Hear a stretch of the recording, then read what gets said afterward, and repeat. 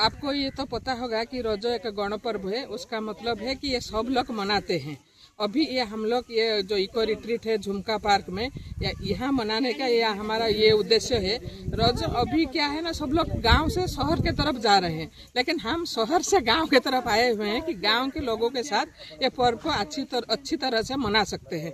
इसीलिए हम लोग यहाँ पे ये पर्व मना रहे हैं। और रोज का मतलब क्या है कि ये पर्व का मतलब, जैसे हम लोग, आपको पता है कि लड़की लोग का जैसे पीरियड होता है, अभी ये जो वसुधा माता या धरती माता है, ये माता का ये पीरियड का टाइम है। इसीलिए ये 3 दिन का ये रजो उत्सव हम मनाते हैं। इस वक्त लड़की लोग कुछ काम नहीं करते हैं, जो कुंवारी लोग बोलते हैं। कहीं आज पहली रज, रजर झील मैंने उत्कंठार सहित अपेक्षा करी वर्ष जाक कि केबे रज आसो। तांकर स्पेशल यहाँ पर्व।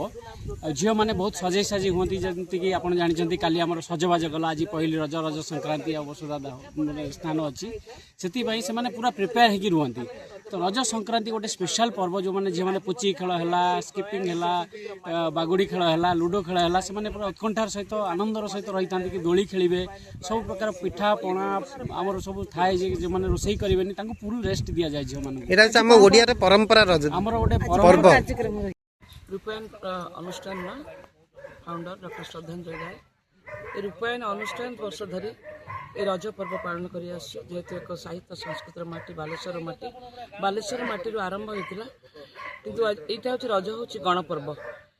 सेकाल जो पोड़पिठा धीरे धीरे जो आम कहूँ रज पर्व है, आमको राति छोट छोट पिला मैंने आम जो सान थी आमको निद हुए, आम राति रज पर्वटा केमी पालू से मूल लक्ष्य थाए। आमर हूँ यहाँ हूँ जेहेतु माटी रजस्वला होता है, तेणु आमर थाए आम हूँ जोता पिंधबुनि खाली पादर, जेहेतु माँ माटी को वसुधा को कष्ट हम से आम जोता पिंधार ट्रेडिशन न थाए, ये परंपरार कथा। तेणु शिଳରେ बटा जाएनि। 3 दिन धरी रज पर्व शिଳରେ माँ भौणी मैंने बाटंती, रोषे करती। जो पोड़पिठा पिठापणा ये 3 दिन रज महोत्सव पालन हुए। मैडम ये जो महोत्सव पालन कर कौ जगह ये इको झुमका पार्क में पालन कर। देखो आजिकल जो सहर सभ्यता पाश्चात्य सभ्यता गढ़ी उठिला, से सभ्यतार बर्तमान सबू जगार एत बड़ बड़ फ्लाट एत बड़ बड़ बिल्डिंग गुड़ा सब उठिला जे सेठी हूँ गाँ पाचिला पाचिला केंदु खाइबा आखिली पानो बण कुजिबा आखिली पानो बण कुजिबा पाचिला पाचिला केंदु खाइबा आखिली पानो बण कुजिबा आखिली पानो बण कुजिबा ए पानो खा आड़ी खुला ना मना खुला भल ना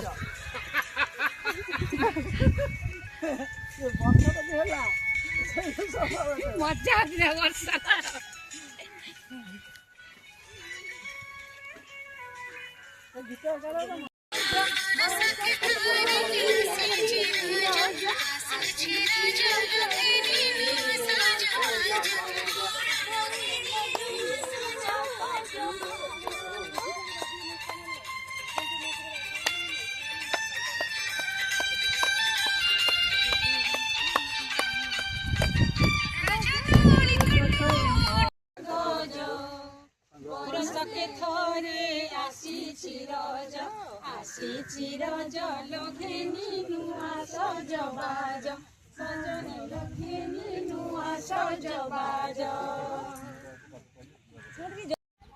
आज प्रथम रजरे सबको शुभेच्छा।